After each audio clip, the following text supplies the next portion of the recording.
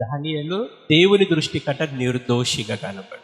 ఎవరో శత్రువులందరూ కలిసి దానియేలు మీద నిందలు వేస్తూ ఏదో ఒక ఆరోపణలు పెడుతూ రాజుకు చెప్పి దానియేలుని సింహము బోనులో వేసేందుకు ప్రయత్నించారు. ఆయన సింహం బోన్లో వేసినప్పుడు అక్కడ దానియేలు ప్రార్థించాడు దేవునికి, ప్రభువా నేను ఏది చేయకుండా కూడా నన్నకి ఈ సింహం బోన్లోకి వచ్చేసాను. చూడండి, అక్కడ ఉన్న సింహంలు అంటే ఆకలితో ఉన్నాయి. అక్కడున్న సింహాలు ఆకలితో ఉన్నవి. ఆ సింహాలు ఆకలితో ఉన్నవి అంటే మనిషిని చూస్తే ఆగుతావి, ఆగలేవు. కానీ ఎప్పుడైతే దానియేలు ఆ సింహం బోన్లో వేశారో సింహం యొక్క నోర్లు మూసేటందుకు యేసుక్రీస్తు వారు తన దూతలని పంపించి ఆ సింహం యొక్క నోర్లని మూసి దానియేలుకు రక్షణ కలుగచేశాడు.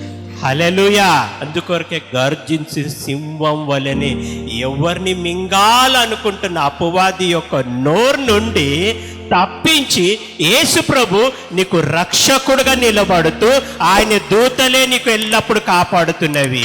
హల్లెలూయా.